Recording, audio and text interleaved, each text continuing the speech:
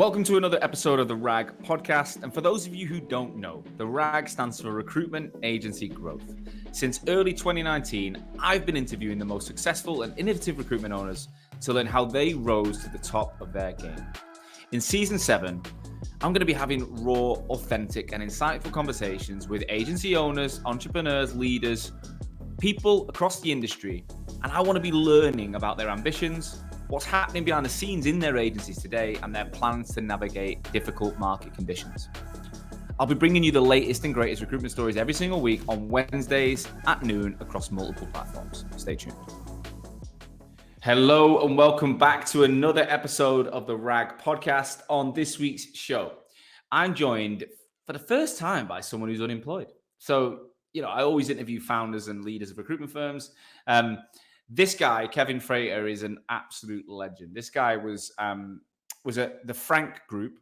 Most people know Nigel Frank, that became the Frank Group, for over 10 years and left in January of 2023.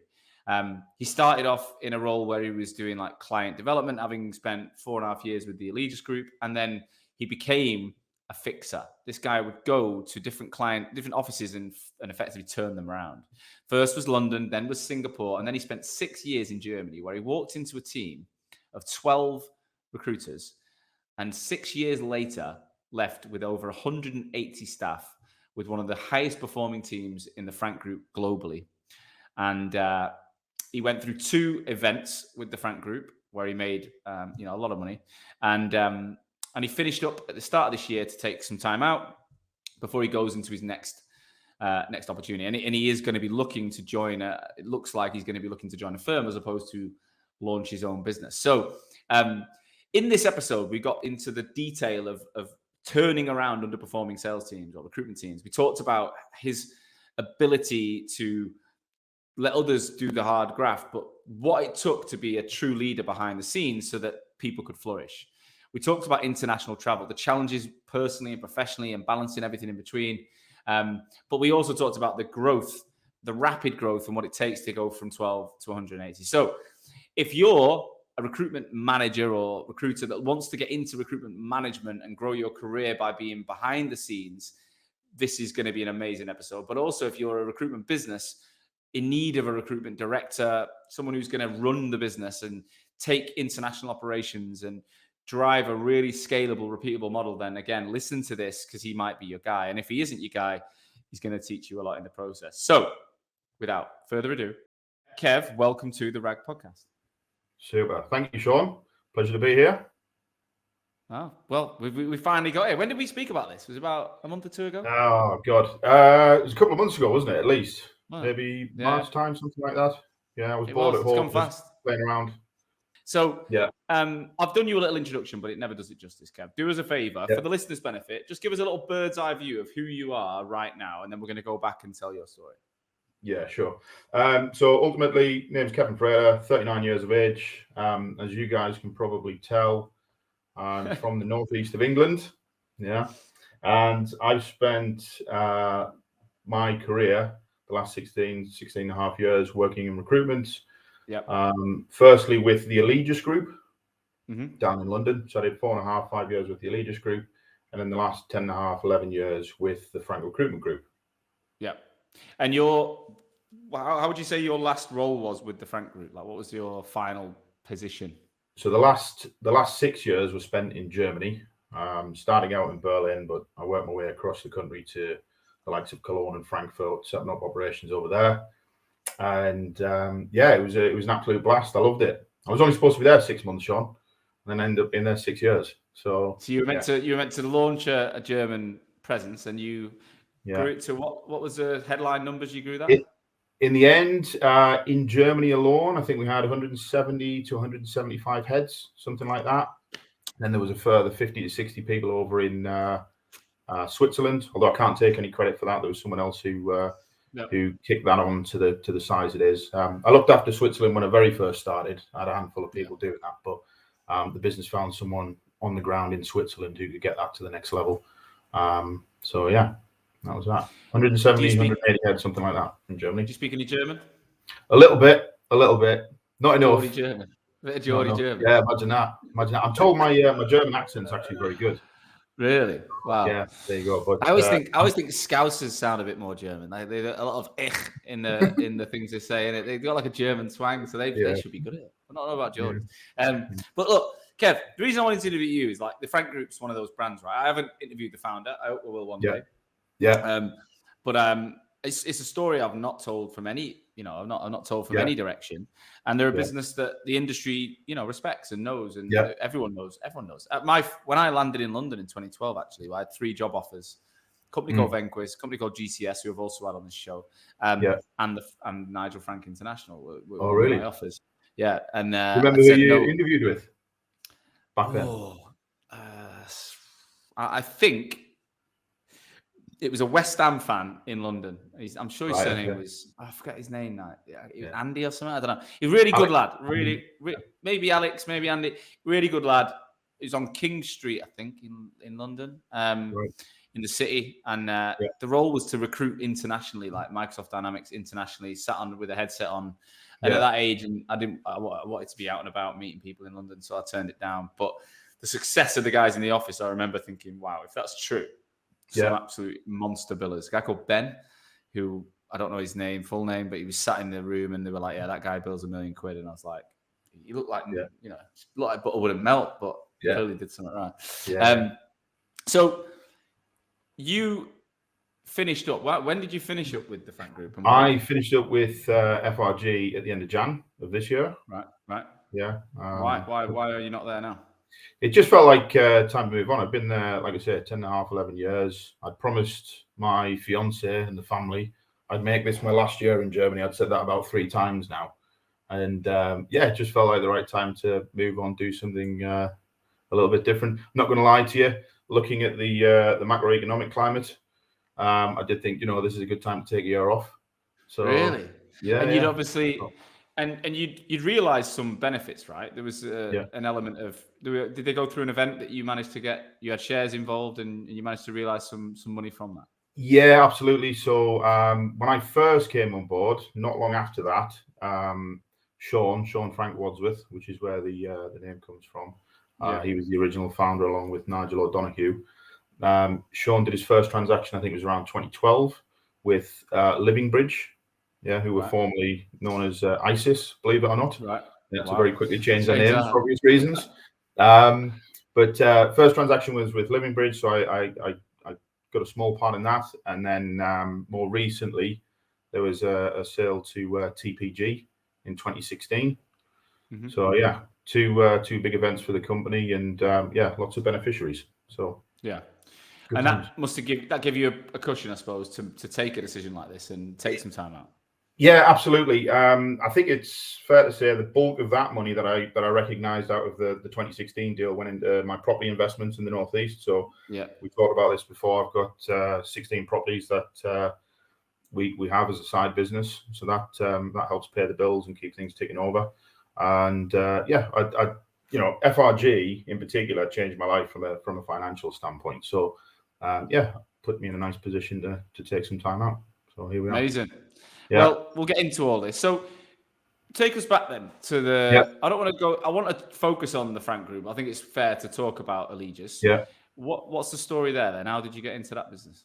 With Allegis or with FRG? With Allegis. With Allegis. So how did I arrive with Allegis? Do you know what? I actually was up at university in Newcastle with a mate of mine who I went through university with. He's now the MD of 20AI down in London. Right. You might know 20AI. I think you might have engaged with him in the past. What's the guy's name? James Warren. Yeah, I met James about a year ago on Zoom. Yeah, good lad. Yeah, top lad. So, at university with James, we were approaching the end of our sort of final year. Neither of us had a job lined up at that stage. And we thought, right, we're going to have to do something about that. So I think we were in the library one morning or on our way to university one morning, and James recognised that there was a careers fair taking place down at Manchester MEN Arena. Would it have been called that back then? It would have been then. It's not anymore. But it would have been called the MEN. So we essentially bunked off university, skipped our lectures, drove down to Manchester to go to this careers fair. And James found his, I found the Allegis Group. And they basically said, look, fellas, we want to hire you. both the conversations were very, very similar. They wanted to hire us, pick your office, where do you want to go in Europe? And in a careers fair, did you have like a full-on interview and shit? Like it wasn't just no, sorry, that came the week after. So right, initial conversation, interview at the careers fair, follow up the week after. Did you have to go back down to Manchester then, or did you do? Yeah, it was. Where was the office then? That was in Altrincham, I think. Right. Okay. Yeah. That right, just opposite the train station. Big old grey building. I don't know if it's still there. Right. I know Altrincham. I don't know it that well, but I know it. I grew up near it. So you go back down to Altrincham, you get the job with Allegis, and they say go wherever you want in Europe. Yeah, we want to hire you. Where do you want to base yourself out of? Yeah. Have you finished uni at this point? I'd finished uni at this point. Yeah, exactly. James the same. Hayes had a mirror image conversation with him, and we were both young, single at the time. We said, you know what, let's go to London. If we don't do it now, we probably never will. So we headed down. Found a cheap flat in Shepherd's Bush on the Hammersmith and City line, which was easy for me to get around to Farringdon, which is where the Allegis Group office was. And that was it. There we go. How old were you at the time? About 22 or so? 22, 23, 22. Yeah. Wow. Yeah. So. And how did your careers go? Because he's at Hayes and you're there. How did the trajectory go? Again, it was identical. I remember us both doing our first deal at the same time. We both got our first promotion at the same time. Both got put into leadership at the same time. It was really, really weird. I think our first deals came within a week of each other's. First promotion. Was he in a similar market? No, he wasn't. James was in finance, and I was in IT. I was, punting out developers and BAs and project managers and all this sort of stuff into Canary Wharf and into the city. And, he was doing his finance gig. So career paths, very, very similar. Both, I would say, successful. I loved Allegis. It was a great, great company. Completely obsessed about customer service. And that's what won me at the careers fair. Just how they talked about their candidates and clients. Yeah, they're American, right? They're huge in America. Big on customer service, and it was a company that made you feel cared about and wanted and valued. And I thought, right, great place to start my career, and I just kept running with it. Really, fond memories. Met Jim Davis at one point. Wow. Jim Davis was the founder along with Steve Bisciotti. I thought you were going to say Jim Davidson. I was like, no, not Jim Davidson. No, snooker. You're going to play some snooker. No, never. John Berger, he's a fan. That kind of epitomizes the company. I think this fella's a billionaire. He's got a company at the time. I think 7,000-8,000 employees. Wow, revenue well into the billions, $7-8 billion a year in revenue, and he was taking the time out to go meet people like me. So I thought, what a great message. Yeah, you don't get there accidentally, do you? Like it's those behaviors that people do that separate them, right? Well, amazing. Yeah. So. Okay, so you're there for 4 years or so. So let's say you're 26 at the time ish. What happened next? And did you and James still live together at this point? Yeah, James and I were still living together at this point. We actually bought our first property together down in London, down in New Cross. Right. So we moved from the west to the east. So went down to New Cross. This was just before the Olympics. Yeah, we knew the Olympics were coming. Let's try and make an investment, get on the property ladder, all that sort of stuff. Seemed like a good move at the time. And it was, ultimately it was the right thing to do. After 4.5 years, I met my now fiance, Natalie, when I was getting one of my last haircuts up in the northeast. I'd got home to visit my parents. Right. And, she was working in a salon. I was getting my head buzzed there, and we got talking, and the rest is history. So what did that do then? It made you wanted to go back to Newcastle? Well, yeah. Before that, I had a long distance relationship before that with a girl who was in Manchester, and I was up in Newcastle. And I thought, I'm not going to do another long distance relationship again. And my parents were getting on at the time. I could see them needing more help around the house and all of this sort of stuff. And it just felt like the right time to go back. Right. Otherwise, I'd probably still be there now, right? So headed back up. Did James stay in the house that you two owned, and you? Yeah, left? Exactly. James stayed in London. And he's still there now, actually. He's ironically just moved back to Shepherd's Bush, right around the corner from where it all started. Yeah. Wow. So do you still own the house? Big 5-bed house. Beautiful. Do you still own the property you bought originally? James does. I sold my half to James. Right. when I Fair. went back. So That's brilliant. That's good. Great story. So then why did you go and join the Frank Group? And I mean, they are pretty much the dominant player in Newcastle, I believe. But... Yeah, absolutely. They are. They still are, and they were at the time. I think just starting to make a name for themselves in Newcastle. And ultimately, it was Sean. It was his story from back in the S3 days that won me over, and made me think I've got to join that business. You know, it's exciting. If even just half of what this fella is trying to achieve comes to fruition, it's going to be a great place to be. So I joined the business. I was in a pure business development capacity at the time, so they had a really, really broad client base at Nigel, Frank, and at the rest of the group. But we weren't very good at the time with repeat business, retaining clients, and any of this sort of stuff. So my role, and this also appealed to me, it was an international role, was designed to tie those clients up. You know, get clients from the US, Europe, UK, and Asia Pacific region talking to each other, and making sure that we retain them, and we work on the penetration of those relationships. So that was my first role. For how long did that last? 9, 12 months, something like this. Managing a team, or just? No, I was just there individually, doing my thing. But my boss at the time was obviously quite happy with what I was doing. The company was trying to grow really aggressively from a headcount standpoint, as FRG always has. And I had previous management experience from London. So he just started chucking a bit of headcount my way, like, what can you do with this, Kevin? What can you do with that? Can you look after this team? Can you grow that? And before I knew it, I had sort of 15, 20 people reporting into me after about a year and a half. So that was pretty cool. And then, he tapped me on the shoulder and said, look, can you come for a chat in my office? And I remember walking to his office behind him thinking, oh, shit, what have I done? What's happened here? And he said, look, I need you to go to London. We've run into a couple of challenges in the contract office, and I'd really like your help, and so on and so forth. So the very next day, I found myself on a train back to London, ironically, to start working with the contract team there. So how did that go down with your partner and your family and all the reasons you went back to Newcastle? It was all right, because I was essentially going down Monday to Thursday, right? I was only there 3 nights, 4 nights, some weeks. But that was I think still is the toughest job I had in my career. Turning that one around, because so tell us what did you walk into?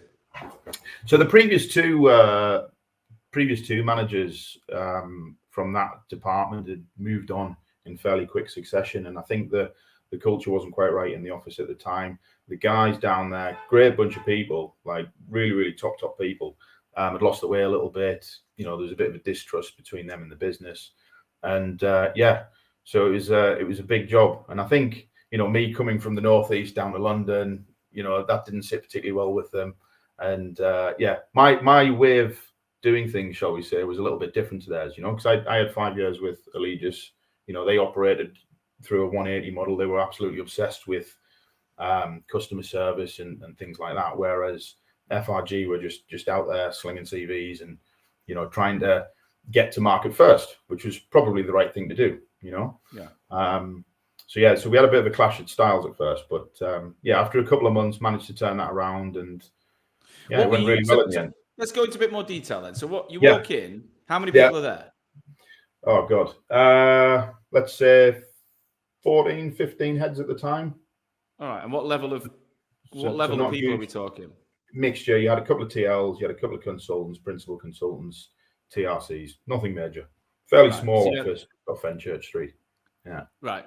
And what was the signs that they were underperforming? Like, what was happening? That obviously there's a bit of distrust, but what was the issue? Well, just all of the typical sort of signs, Sean. Numbers were low, productivity was low. People weren't using the system as much as they probably should have been. High number of leavers relative to the size of the team. And you can just see that people weren't doing the right things at the right time. And how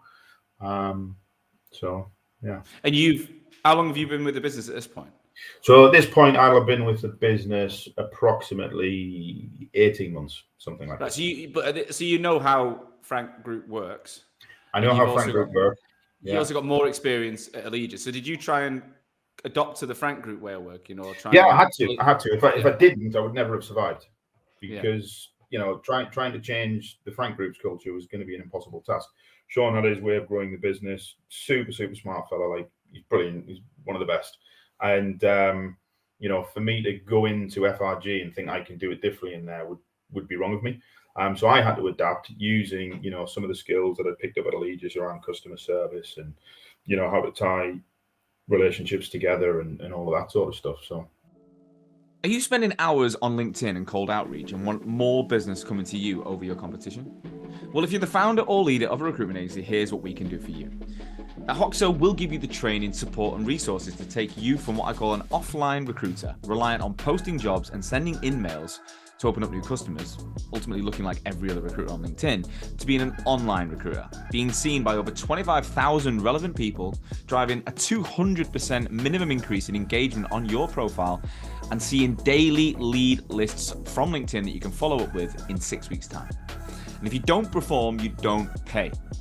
Now, why can we make such a bold, results-driven promise like this? Well, it's simple. There's 2 reasons. Firstly, whilst I've been building the RAG podcast, we've actually done what we say we'll do for our clients. In less than 2 years, we actually built a business generating from 0 to over 1 million views per month on LinkedIn, leading to multi-million-pound revenues with a sales team of me plus 2 people, without making a single outbound cold call. Second is our track record. Not only have we done it ourselves, but we've helped over 350 agencies and over 4,000 consultants do it as well. It all in the last 3 years. Now, if that sounds of interest to you, click the link associated to this episode and we can book a call and tell you how we can help. Right, let's get back to the show. What did you actually do then? Let's go, if you can remember. And the reason I'm asking this is a really common problem, whether or not you start your own recruitment company, you come off the tools a bit, you turn around, your business is underperforming, you're like, fuck, I need to turn this around. Or you're moving into new organizations. This is so common. So I want to get some practical examples for people and advice. So you walked in, underperforming for the reasons you've said. What did you do? So I think the first thing I did was, try to invest time in understanding what the problems were. I didn't dwell on that for too long. I listened to the guys, made sure that, they felt I was there and they were able to come and talk to me. And then from that point, I set about building a bit of a vision for the team. So trying to say to them, listen, this is where we are now, right? But we're all in this together. Things are not going how we want them to go, but we can get to here if we want to. But it's got to start by being honest. We've got to be honest with each other. What do you like? What do you not like? What do you like about me? What do you not like about me? What's working well for you with your clients, your candidates, all of that sort of stuff. Just had a completely brutally honest conversation with them to kind of get the elephant out of the room a little bit. So we did that. And then what did they say about you? Sorry, say again? What did they say about you? Only good things, of course, Sean. Only good things. They didn't have anything they didn't like? I can't remember. If I'm completely honest, I can't remember off the top of my head. But there'll have been something at the time. Do you know what I mean? It would have been, what do you know about running a contract division or something like this? But anyway, had those honest conversations, and then I think the next thing that I did was just to celebrate the small things. Always got to lead from the front, right? But celebrate the small things, such as picking up job leads, setting interviews, all that sort of stuff, and start to show people a bit of appreciation for any amount of success that they had, no matter how small it was. And it became quite infectious. The guys sort of sat up a little bit, started to take note, and they enjoyed getting a bit of praise. And we had a couple of wins here and there. And the next thing it just started to snowball. We fixed the relationship with the perm counterparts because there wasn't much interaction going on between perm and contract. So we sorted that out, got the guys talking again. And before you know it, it was record after record after record. We got them over 100 runners for the first time, onto 150 runners. And it just snowballed and it went well. And you didn't have any involvement in the market? You weren't doing the client side? You weren't jumping on candidates' calls or any of that? A little bit on the client side, because, like I said, you got to lead from the front, roll your sleeves up, try and help them, do the hard yards. So I did a bit of that, winning jobs and projects. But no, it was mainly down to them. I think a lot of what I did and the benefit that I added was kind of behind the scenes, just getting people to do the right things at the right times. And that was it. When you say helping with the client side as well, I imagine someone else booked the meeting, and they were like, what did you in from a weight perspective? Like, we got a director. Exactly that. Yeah. So you're not running BD yourself. You're just saying, look, I'm here and I'll join you. Yeah, this exactly. This is the bit I think I've always been bad at, and I think a lot of recruitment leaders have been bad at, is like you become that superhero manager where you jump in and you take action and you make things happen. Yeah. You don't actually, you're not allowing other people to fail and to grow. And I think that was my biggest weakness was I don't think I was ever good at what you're saying you're good at, where you could actually sit behind it and let others win. I was I wanted to, but my style was like, I'll fix that, I'll sort that, I'll show you. But then people never develop fast enough, I don't think. Yeah, I don't think you could operate that way at FRG, because the headcount started to come thick and fast. Once we'd stabilized the office and the guys got back to basics and they started to have some success again, the pressure was then on to get some headcount into the business. So in terms of getting involved in every call, every client, every opportunity, impossible. Do you know what I mean? Yeah. So yeah, it was a bit unusual, and I would have preferred sometimes to be in more control, but you kind of just got to let them get on with it and learn from their own mistakes, right? It's the quickest way we learn, through doing and making mistakes. And what were the metrics you were looking at to know you were going in the right direction back then, and probably took with you throughout your whole career? It's the same thing, I guess everyone looks at, right? It's leads, jobs, and interviews. That's it. It's the interviews that get us the money, right? So don't worry about what deals you put up last month. Just worry about the interviews you're going to set in the next 24, 48 hours. Yeah. And that's it. And every behavior should go towards feeding that. And that's it. And that's it. And I had a similar sort of story with Asia Pacific. Yeah. So when I went out to there, I guess we'll come on to that in a minute. But the message is exactly the same. It's the money sits in and around the interviews, right? The more of them you have, the more deals you're going to do. But what about all the work that goes into getting the interviews? There's a lot of work that goes into that. So is that where all your training comes into play? Yeah, absolutely. That's where you've got to sit down, make sure that the processes are tight, make sure that the quality of leads are there, make sure that they're speaking to the right people. So you've got to invest time in getting into the database, make sure they're not too low down the food chain, not too high up. They've got to, do you know what I mean? There's a few things that go into that. As long as you're getting good leads, whether it be from candidates or any other sources, you're genuinely doing BD when you're supposed to be doing BD. Now that was a long time ago, ironically, because we had another conversation about this, didn't we? But if you're doing BD when you're supposed to be doing BD, you should, in theory, be productive and you should be winning business every day, right? I think it's too easy, especially now, for people to have a little bit of success. I've pulled the job and then they get up, they have a walk around the office to tell their mates about it. Do you know what I mean? Then I'll have a little look over here and just see if I have got any candidates for it. Do you know what I mean? And before you know it, the rest of the people on the call list don't even hear from you that day. Yeah. And look, take what I'm saying with a pinch of salt, because I haven't gone back quite a long time. The world's changed since then, but I think the same principles still apply. So how did you get people focused then? So what was your strategy to ensuring that people didn't go and do that? And I know I'm guilty of that one. Like, I've done something good and it's like, I'm up, I'm out, I'm having 10 minutes to myself, I'm celebrating, and you've lost momentum.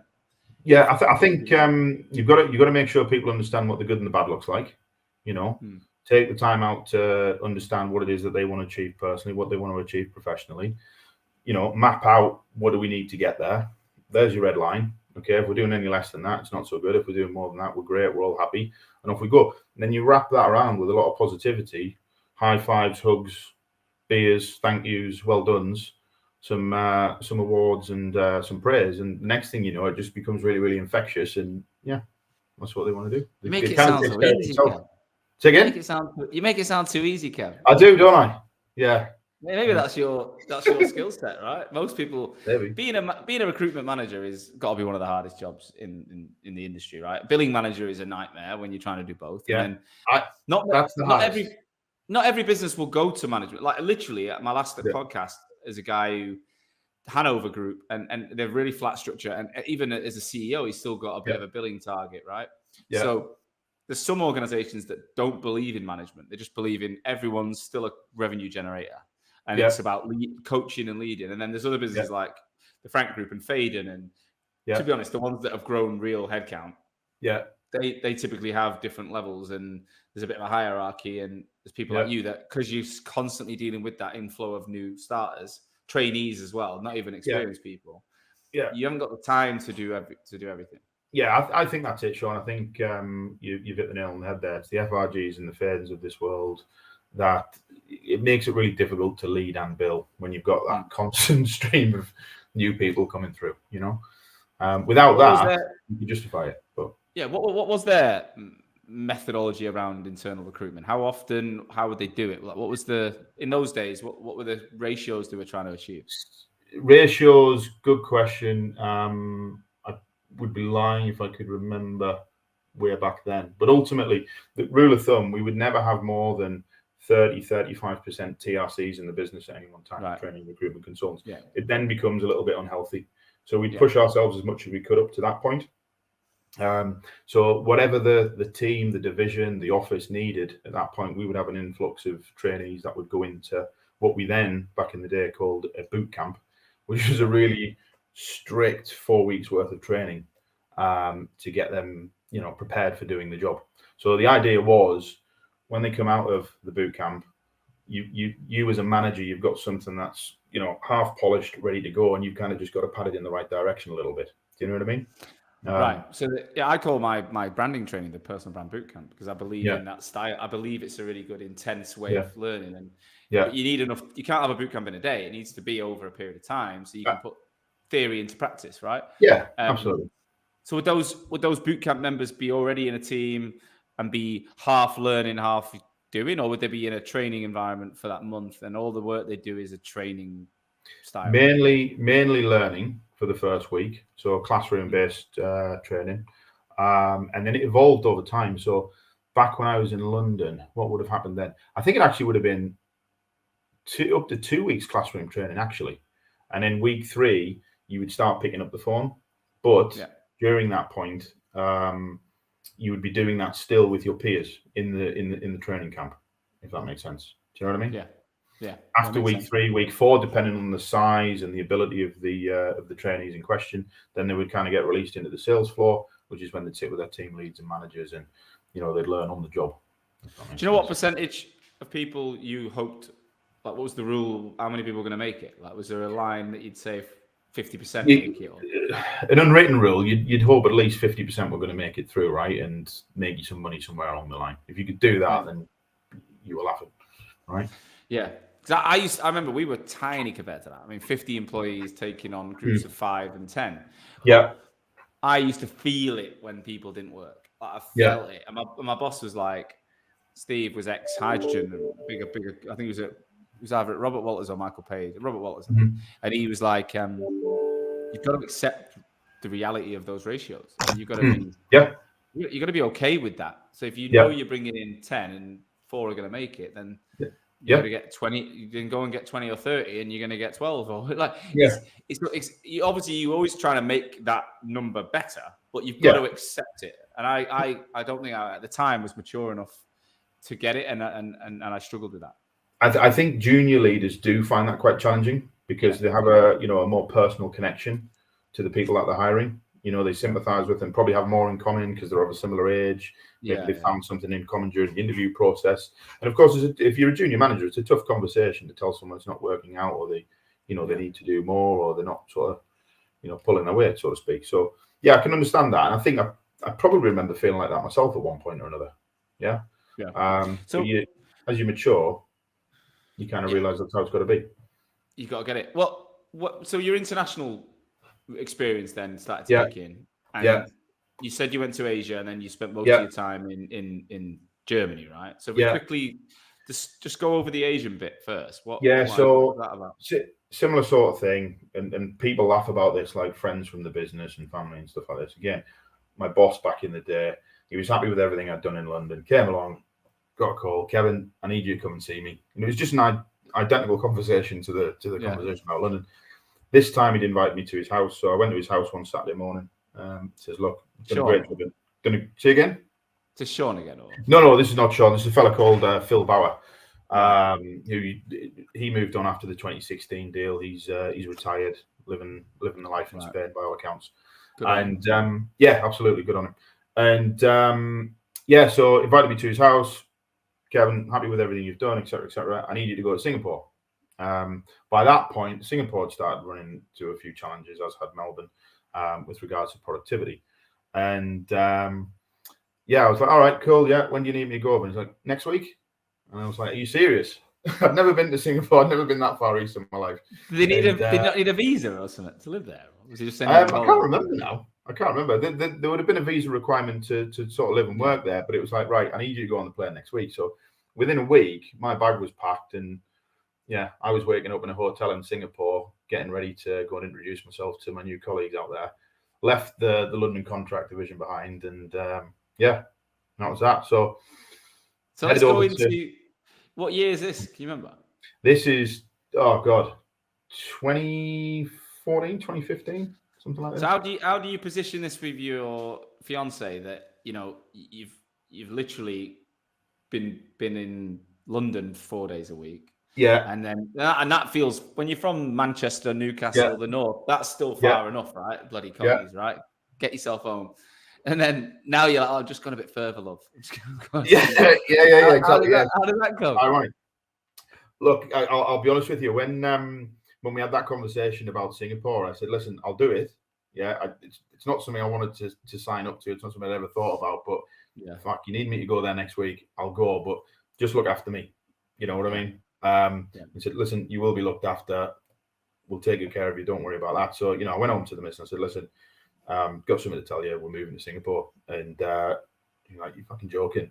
No, I'm not joking. When we go next week. And that was it. She got a job in Newcastle. She had a job in Newcastle at the time. Great relationship with her boss. She didn't come over on the first trip. She came, I think, 2 weeks later. She had to work a notice and what have you. But yeah, she was well up for it. She was just like, yeah, fuck it, let's do it. What did she do? Off we went. Or what did she do at the time? Hairdresser. Right. Oh, you said Yeah. So did she go and get a job in Singapore doing that? No, she didn't. She was looked after the apartment, made some friends and all that sort of stuff. Sounds great. Yeah, that market over in Singapore is a little bit different to the UK for one reason or another. It would have been difficult for her to get a visa on the wages that they were paying. It just wasn't worth it. My boss at the time, Phil, he'd asked me, does she want a job doing TA for us out of Singapore? And I thought, I don't know how I feel about working with my missus 12 hours a day and then going back to the same apartment and spending the weekend together. So we didn't do that. So. No, I think I look at the life I've got with my wife now, and obviously, I don't know if I told you the story, but most people know, like, we dated when we were 24. And we were both teachers with nothing. And then I went off to Australia and got a job in Melbourne, and she stayed in Sheffield and she was a teacher. I was a teacher. I got out of it. She stayed in it. And then she had 2 kids, and then she left teaching, opened a beauty salon. And I did all the things I've done, and then we got back together a couple of years ago, right? Right. And so I've got a 8, nearly 9, and 10-year-old step kids and a baby on the way. And I look at her and I think, if we'd have been together pre-kids and had a proper, like I know she'd have done those things. Like, she'd have been so open to going away. But we've never. I'm always a bit envious, actually, of like the thought of saying to your missus, like, if they're up for it, come on, let's go and do it for a year. Well, what's the worst that can happen? It must have been exciting. Exactly. And do you know what? Up to that point, I'd always sort of gone through my career thinking I'll end up in the US one day. So I didn't expect to go east. But we had an absolute blast. I was in Singapore 3 weeks of every month, down to Melbourne for the last week of every month. And it went something like that for just under 2 years, right? So what a great life, what a great opportunity. And in terms of what you did there, again, I don't need to go into I want to go into the Germany bit in a minute. But how would you do? Was it a similar situation? Was it similar sort of situation? I think it was fair to say at the time the APAC side of the business felt a little bit neglected. There's different drivers over there economically. It's a very fragmented market. It's hard to penetrate sometimes when you're just product aligned, and it just needed some life breathing into it. So similar sort of thing to what happened in London. Try to get a bit of energy into it, try to speak to the people, understand the people, lead from the front, celebrate the small things, and all of that sort of stuff. And away it went. It snowballed again. So. You're like the Pep Guardiola of recruitment, you. Yeah, I've been called Jose a couple of times. So, yeah. Sean Dyche, maybe. Yeah, Sean Dyche. That's most of it. Sam Allardyce. It's all about keeping people. It's not about keeping people in the league. It's about higher performance, right? But again, that's another thing. I was like, when I was leaving Venquis, and I know I introduced you to my old boss recently. Yeah. I was running their contract business, and he was definitely pushing me down the Guardiola. That he'd literally just come into Man City in 2016, and he's like, right, look, okay, he's like, you are going to be, you could be our Guardiola, basically. You could be Yeah. that guy that, and you could go and open an international office, and you could go abroad, you could go and work for someone else. Yeah, And you can, and I think if you really master that management in recruitment, yeah, you can go and have this international, do 3 years, 4 years, 5. Whereas when you're a biller and Yeah. you're a really good biller, and your market actually change you to a location or an industry that you can't leave. So I had, I was really, I remember being a bit, what's the word? A bit torn as to which direction to go in. Ended up quitting Yeah. and doing something completely different in the end. But Yeah. did you ever think about that being like, actually, the role I'm in now, was that a strategic thing that this role allows me to have a bit more flexibility over a career, and I can go and pick up a new job here, and I can. Were you conscious of that? No, I'll be honest. I wasn't conscious of that at the time. I think I've picked up bags and bags of experience with FRG now. I feel like I'd be confident I can go into any organisation and add value, no doubt about that. But no, at the time I probably didn't, because I was just looking at the whatever it was that was in front of me at the time and enjoying it. Because of the the nature of the beast, how quickly FRG grew, and what the business was trying to achieve. You don't really get a chance to stop and think too much. You just play forward and roll with it, right? So, yeah. But it's the same everywhere you go throughout the world. The recruitment process is the same. People will tell you it's different here and it's different there. Yeah, there's some nuances, but generally speaking, it's it's the same thing, and the skills are transferable, right? 100%. So when you came to Germany, yeah, when was that? And let's go into a bit more detail about that, So- because that was a 6-year play.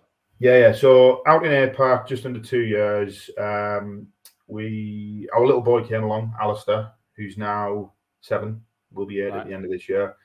That wasn't planned or expected, so that's what drove us to come home. We didn't have any family insurance. We didn't have a support network over there or anything like this, And how's this going to work with me going between Singapore and Melbourne? It wasn't, so we headed back, and so found myself back in the UK. There's a period, I made myself miserable because I was still responsible for what was going on in APAC. I'd picked up some teams in the UK, and I'd even picked up a team in New York, which needed a bit of help and a bit of love. So I was doing the 3 things, and I was waking up on a morning speaking to people in Australia, then going to Singapore. Then I had a European team that I was dealing with, then a team in the UK. And then when all that was finished, I had a couple of calls coming in from New York. And at the time, it sounded great, right? I've got all this responsibility right around the world. But the truth is, you're never off. I just made myself miserable. I couldn't switch off, because the emails were just 24/7 and calls and so forth. So I did that for a bit, and I drew a line in the sand with it. I said, look, I can't do this anymore. Not enjoying it. And we got into a conversation about me going to the US to open up an office in the States. So that conversation had started. My boss has changed at this point, so I'm now reporting into Zoe Morris, who I introduced you to. Yeah, you did, yeah. You've set up a call with Zoe, but brilliant person, very, very good at what she does. So I'm now reporting to Zoe. We had a brief conversation about the US, and then she said, look, Kev, how would you feel about jumping over to Germany for 6 months? While we sort everything out in America, we could do you breathing some life into that over there. So there I go again, off to Germany. Again, what was the conversation like this time? You got a kid now. It's slightly different. I've got a kid now. Yeah, it was, but it was similar, because it was only supposed to be a 6-month gig. We were going to go to the US anyway, so what's the difference? Nice little project for 6 months. Is your son before he's at school as well? So there's a bit of flexibility. Yeah, exactly. So he's easy to bring with us. Yeah. The conversation was much more pleasant with Zoe, I would say, than Phil. Phil was more like telling me that's where I'm going, whereas I was like, "Can you help me?" And so off I go to Germany. How many people were there? A dozen or so, but they were struggling to find any sort of rhythm and get things off the ground. Were they Germans? Were they all locals? Yeah. Mainly Germans. One Irish fella who's fluent in German. So got myself over there, and that started to go well again pretty quickly. So I think that surprised a few people just in terms of how quickly I turned that around and got that up and running. And so Zoe turned around to me and said, "Look, Kev, do you want to stay there till the end of the year? And we'll just park the America chat." So we did. So I stayed there till the end of the year, and it just went like that. I just kept saying, "Yeah, I'll do another year. I'll do another year. I'll do another year." 6 years later. So there you go. So let's talk about it. So you go in as a dozen. Yeah. And again, similar situation. Yeah. Underperformance, bit of lack of trust and consistency. Yeah. Was there anything different you did in that one than in London and APAC? There wasn't. I'll point out there wasn't a lack of trust in Germany. The Germans were absolutely fine when I arrived. They just, I think, struggled to find the right markets to work. Processes weren't up and running. They were struggling to have conversations with clients for one reason or other. Probably hired a couple of people that they shouldn't have. All of that sort of stuff. So it wasn't as big a task as what I had it in London or Singapore, but challenging in a different way. So yeah, just got that sorted and got that pointed in the right direction and started to build a bit of an infrastructure to allow for that to grow. So did you notice any? I know you say the recruitment process is the same, but again, I'm going off experience from. Yeah, Venquist had a German office. Plus, when I interviewed Austin Fraser, who've grown really well in Germany, the founder said to me that they did. He said they did have to adapt their style in Germany. Like the BD approach that was quite aggressive in the UK wasn't really going well. Like they weren't getting the right responses. They had to become more German. They had to learn and culturally adapt. Do you remember any of that? Yeah, look, there are some differences, right? Not major differences. It's still recruitment at the end of the day. It's jobs and it's candidates, and the aim of the game is to bring the two parties together. What can I say about the German recruitment market? Bags and bags of opportunity there. Yeah, unemployment in Germany is one of the lowest in Europe. I think it's in the bottom three, along with Poland, Malta, maybe the Czech Republic. I'm not too sure, but the unemployment and the need for candidates is right across Germany. Every industry, every skill set, you name it. Right. The education system in Germany doesn't meet industry's demand. Right. And people are retiring younger, et cetera, et cetera. So there's a huge pressure on the workforce. So it's a very job rich market. Okay. So going out and picking up a job in Germany is actually really, really straightforward. Identifying where the good jobs are and the worthwhile jobs are, that's the challenge. Yeah. So you've got to be switched on to that. From a process standpoint, HR are often very much involved in the process out in Germany. They play a really, really key role. Yeah, so I can imagine if you're a British recruiter going into the German market, things are flipped on its head a little bit. The German market's not as competitive. You've got access to loads and loads of jobs. Your challenge now is trying to find out which are the good ones, which are the not so good ones. You're probably dealing with HR more than you ever have. The process is a little bit longer. Yeah. But other than that, it's pretty much the same, And so. What did you? I guess what's your methodology for qualifying jobs then? How would you go and look at when you're not even the expert? Yeah, you're not the expert in the German job market, so you're going into a team and saying, right, well, let's go and evaluate your jobs. What's your criteria for that? Who basic sort of stuff. I feel like I'm patronizing you because you know the answer, right? But I know, but I love. There's a lot of people out there. You'd be surprised, mate, who run successful recruitment fucking companies and don't do this stuff. Like they don't do it, or unsuccessful companies who are listening, they're struggling and they're like, "Fuck me, I'd want to hear this." So we fair enough. break it down. It's who are they speaking to? What's the reason for the need? What's the impact on that person and that business of not filling that requirement in that time frame? I think that's a big one, which I did a lot of training on with the guys to make sure that they understand that. Because if there is no impact on the individual that you're speaking to or the business, how urgent are they going to recruit for that position? They're probably not. So understanding that is really helpful. Neil Rackman's spin selling is a really useful tool to help with things like that in Germany. Situation, problem, implication, need, right? Yeah, exactly. Yeah. So understanding that and utilizing that particular methodology can be quite key. And getting any sign of commitment that you can from them up front, and a commitment to engage not just with HR but with the line managers is also a good telltale sign. If the hiring managers, the HR lead, for example, is just, look, there's a job spec, that's the salary, go and recruit to that.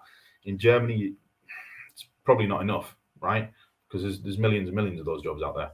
You need to go a level deeper than that and just try and push the client and test their commitment to work with you to get the job filled. I'm interrupting today's episode to give you a message from our sponsor, Recruit Hub. These guys have now had 70 founders launch on their business, the Recruit Hub, in the UK, US, and UAE since inception. One of these founders was Stuart Mitchell, the founder of Hampton North in the US. With experience of recruiting in both the US and the UK, Stuart is $1 million biller, and he formed the business to tackle the biggest problem he saw in cybersecurity, which is the talent shortage. Moreover, Stuart felt like he'd ran out of personal growth. He wanted to do things his own way and put his own spin on something, become his own business owner. His advice for anyone thinking about starting their own recruitment business is the old Japanese proverb. The best time to plant a tree was 20 years ago. The second best time is today. He said he regrets not doing this any sooner. It's a really low risk situation, because if you're an exceptional recruiter, all you've got to do is back yourself. I, having interviewed over 250 founders on this show, would completely agree with Stuart that the best founders are typically the best recruiters who back themselves and build off the back of that. So if you'd like to find out more about the Recruiter Hub and Stuart's story, you can read the whole story and the information in the show notes. Click below. Right, let's get back to the show. So how did that grow to 180 people? Like, most companies don't grow to 180 people ever. Never mind in 6 years. In a foreign country. Like, what would you say is the main ingredient for that rocket ship growth? I think firstly, what I will say is I can't take all of the credit for it, right? Because I was blessed with a good team, a team that I was able to leverage from the UK. Previously, FRG had some German speakers in Newcastle, had some German speakers in London, so I was fortunate enough to be able to take a couple of those guys over with me. So that gave me a bit of a platform, and they'd been successful in their roles previously in those locations. So getting them on board and getting them into Germany really, really helped. I would say getting the business from sort of 12 to 50 heads, that was brilliant, right? Because I just left to my own devices, go out there, have fun, build the business. You can create that sort of siege mentality, and everyone's having fun, and they're going out and they're having drinks together on a Thursday and a Friday evening. It was an absolute blast. That was really straightforward. I think the hard stuff comes when you start chasing, the 100 head count and then getting over the hill and beyond that.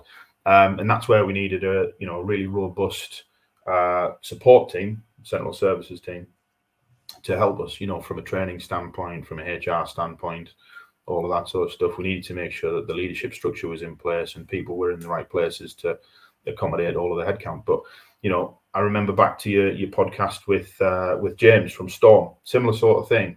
We'd have these training academies take place, sometimes 20, even 30 a month. At one point, I remember when we really started to, put the pedal to the floor to get Switzerland moved forward as well. We had 30 people across the DACH region coming in on a monthly basis to try and drive us forward. Did your P&L have to pay for that, or was it invested centrally from the invested centrally? Yeah. So that makes your life a little bit easier. So regardless of your performance, it's fucking coming. Yeah. Yeah, exactly. And you've got to keep an eye on the budget, right? If you way off your budget, the business is not going to continue to pump heads into it. Why would it? But at FRG, everything is kept super simple. You've got your budget to work off of. All your P&L responsibility will sit centrally in the UK, and something that you don't necessarily have to worry about too much. So yeah, there you go. What was life like for you then? So you said, 6 months was easy to get across with the missus. Yeah. And then every year you're like, another year. This is so. How did that go? Did she stay with you all that whole time or not? Yeah, for the first couple of years, yeah. And then unfortunately, my old man passed away unexpectedly. Sorry to hear that. In 2018, and Natalie was brilliant. She was a superstar. I mean, FRG were great as well. Zoe was fantastic. I think I had sort of 6-7 weeks back in the UK to try and get my head around everything, and to deal with my sister and my mum and all that. Getting everything in order. It's difficult, particularly when it comes all of a sudden and unexpected. So my mum was still having a hard time of it, and there was still a lot to sort out. And Natalie, to be fair to her, said, "Listen, I'll stay back in the UK with your mum if you want. Go and get yourself back to work in Germany." Because my mum sort of lives in the middle of nowhere, really, in comparison to where our family is. Other family. Mm-hmm. So Natalie's brilliant. Stayed with my mum. I went back to Germany myself, and that's when I started commuting. So I was Monday to Friday for the latter part of it, and then of course COVID came along, so I was working remotely from the UK. And then when restrictions, I was back traveling. Just to go back for a step there. So you said you're commuting to Germany. So what was that? A Monday morning flight and like a Thursday night flight or something? Yeah, but Monday night, Friday afternoon, Monday morning, Friday afternoon. Right. something like that. Yeah. Where from Newcastle Painful, straight but- to Germany? Where were Yeah, you in Germany? they used to do flights direct to Berlin at that time. Is that where you were based, Berlin? Yeah, I was based in Berlin. I think it was 2018. We set up Cologne. I could fly to Dusseldorf from Newcastle, train down to Cologne easy enough. And then 2021, we set up Frankfurt again. I could get there easy enough from Newcastle. But annoyingly, they did stop the direct flights to Berlin from Newcastle after COVID, Really? which is frustrating. Yeah. Yeah, so I found myself in Cologne and Frankfurt A a lot more. little bit more often than Berlin. But, it's probably where I was needed a little bit more to move the headcount on. So going into COVID then, yeah. where were you in Germany, or I suppose you were coming over the week? Was it obvious when you were back home, like this? I'm gonna have to stop doing this, or were you stuck out there for a bit? No, I wasn't stuck out there. I was in the UK, and I remember one of the guys calling me and saying to me, "Listen, Kev, shit's about to hit the fan with COVID over here. Like, the way the German press are talking." So I wouldn't read the German press every day. Do you know what I mean? Yeah. I would look at it once a week or something like this, and there's bits I could understand, bits I couldn't understand, and I'd have to translate it and so forth. But he's saying, "Look, shit's going to hit the fan here. Like, the guys are scared about going to the office tomorrow. I don't think anyone's going to turn in, And I was thinking, shit, what am I going to do?" So I remember ringing Zoe and blah, blah, blah, and Marco Glasner's now the MD for Germany. He was on board at that time. And we had to quickly adapt like everyone did, right? And, get everyone a laptop and tell them that they could work from home and so on and so forth. But when that kicked off, I was in the UK, so I didn't get stuck out there. So our old house, which I had before we went to Singapore, we were back in there because we kept a hold of that, right? We rented that out when we were away. Right. So we were back living where we were originally. So a business like the Frank Group, which I imagine was, highly sales focused, quite aggressive, phone based, in the office 5 days a week. Yeah. What was the perception of fucking working from home? I bet that was a bit taboo for you guys. Wasn't it? You know what? I personally didn't like it. I thought it was quite difficult. I'd much rather be in the office around the people, at least see what's going on. The pessimist in me was like sort of scratching my head, like, what are these guys doing? What are those guys doing? And you spend all day looking at the system, sort of checking up on people at first because you don't get used to the new way of working, right? So personally, I found it quite difficult and quite frustrating. But I think my management team at the time, I think they did a brilliant job because the numbers sort of managed to sort of stay pretty much in line with where we wanted them. And I think, looking at FRG globally at the time, Germany was a region that was probably less impacted than some of the others. Yeah. So I think that the team there did a great job and adapted really, really well. So it's before the pandemic when you went through the sale in 2018, right? The last sale was 2016. Yeah, that was 2016. Sorry, yeah. Right. Yeah. So at that point, you make a lump of cash. Yeah. You invested it in property. Did it? Be honest. Like, did it ever cross your mind to go and just start, Kevin Frater recruitment and do your own? Yeah, of course it did. I think that goes through everyone's mind at one point or another. But I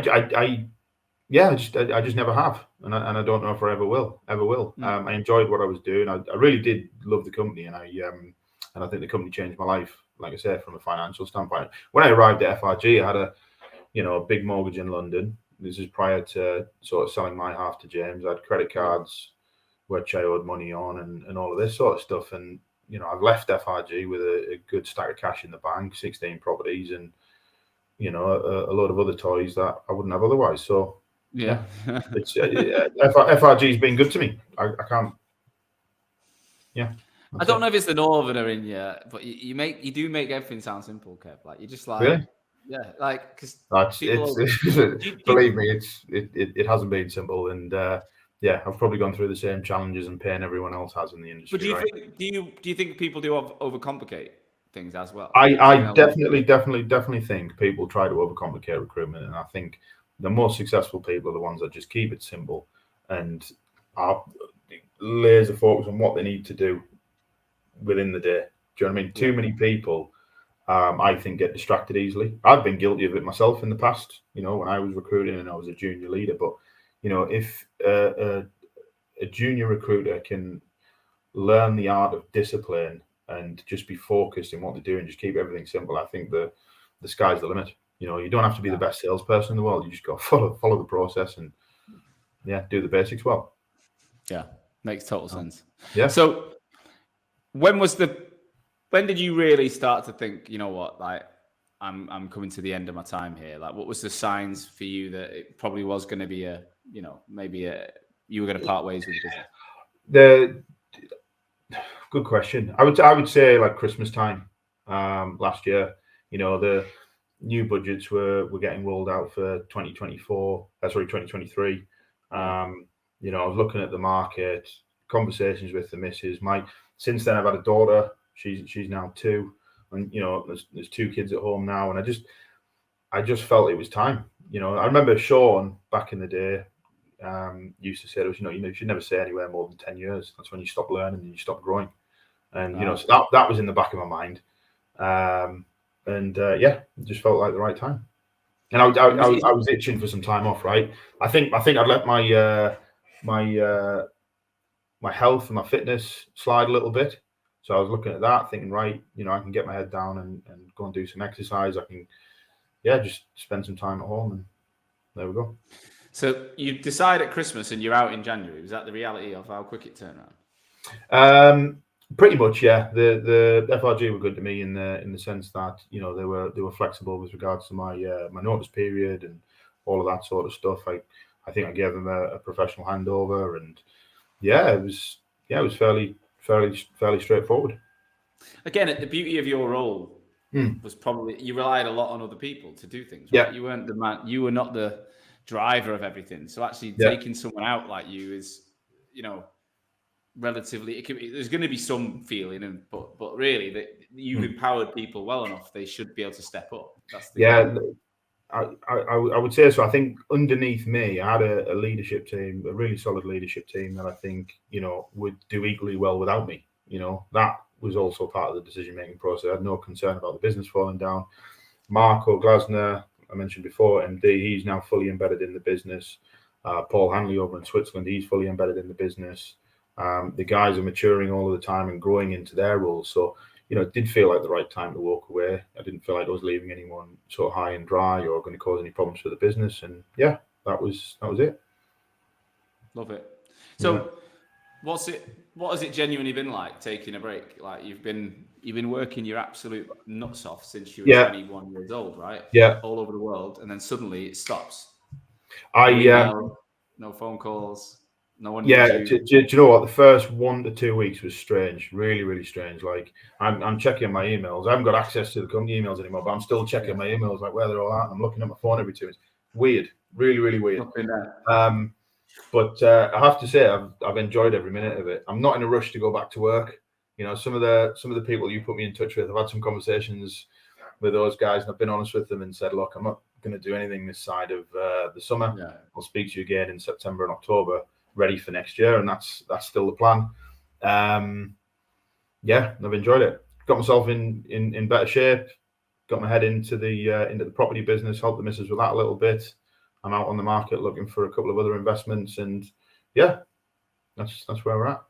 Sounds good, mate. Sounds like you found what you needed. So again, the obvious question, I have introduced you to a few of my contacts. I'm not a rec to rec, and it's not, I'm not charging for that. I just think that you're a good lad and you've got an amazing track record, and there's people. But I know listening to this, you're gonna get inundated now. You're gonna get so many people like, hey Kev, love the rag, we want to chat to you about an opportunity. You're gonna get it, right? So let's just tell them now. Yeah. What is it for you? If anyone is gonna bother trying to coach you or chat you, what do you want?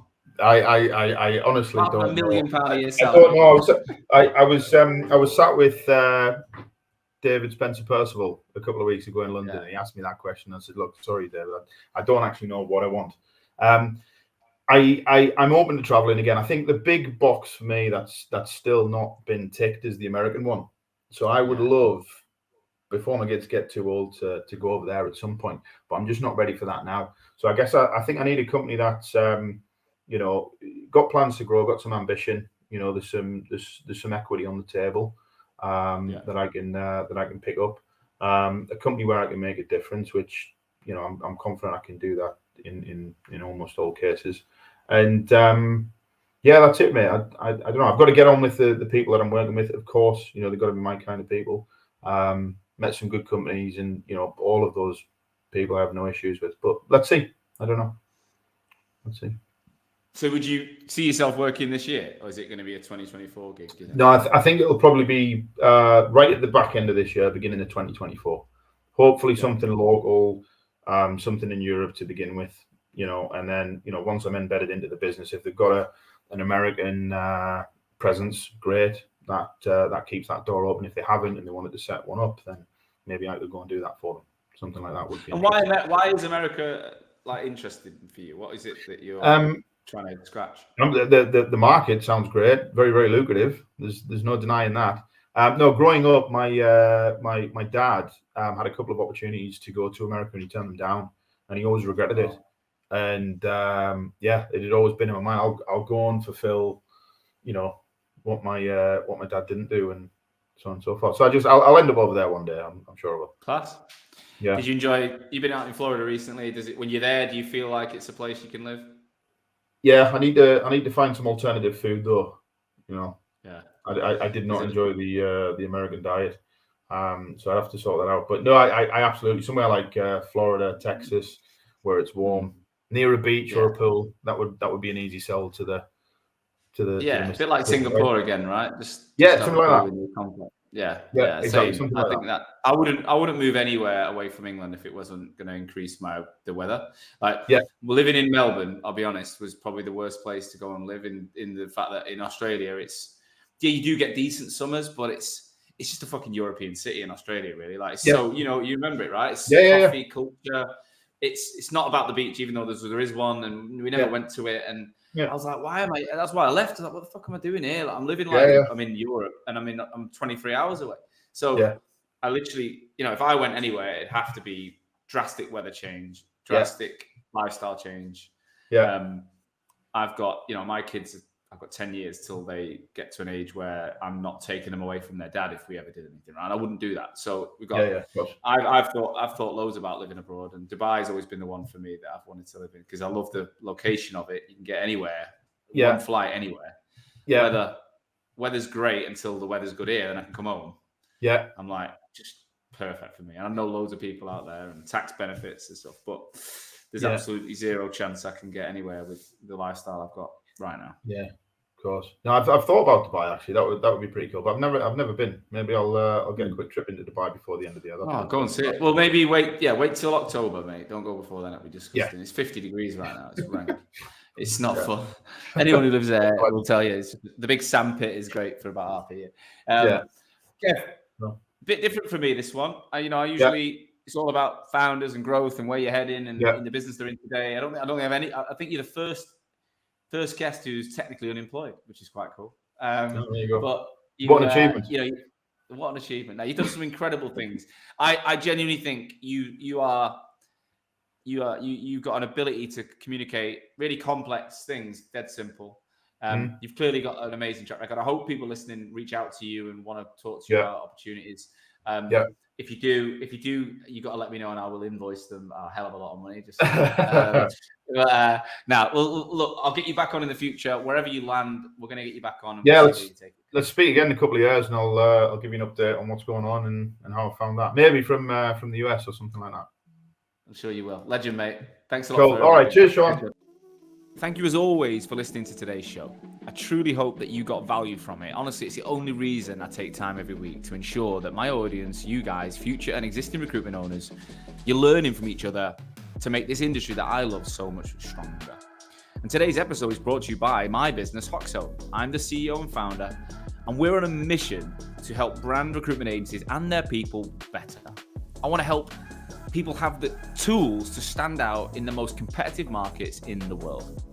We're currently working with over 350 recruitment agencies and 5,000 of their consultants right now, helping them to build their personal brands, to consistently win more business, attract talent, and just become that go-to recruiter in the market. Now, we do have a huge coaching program, but a lot of people don't know we also manage the brands of a lot of founders, and we can do the rebrand of that company organizational piece as well. So if your recruitment agency either needs help to look and sound exactly how you want it to, or your leadership and consultant level need to get out there and drive more traffic back to that website, to the business, and start using LinkedIn to generate more revenue, then you should definitely be reaching out to us. If that sounds of interest, please do visit www.hoxomedia.com or drop me, Sean, a personal message on LinkedIn. I love hearing from RAG listeners. I would love to talk to you.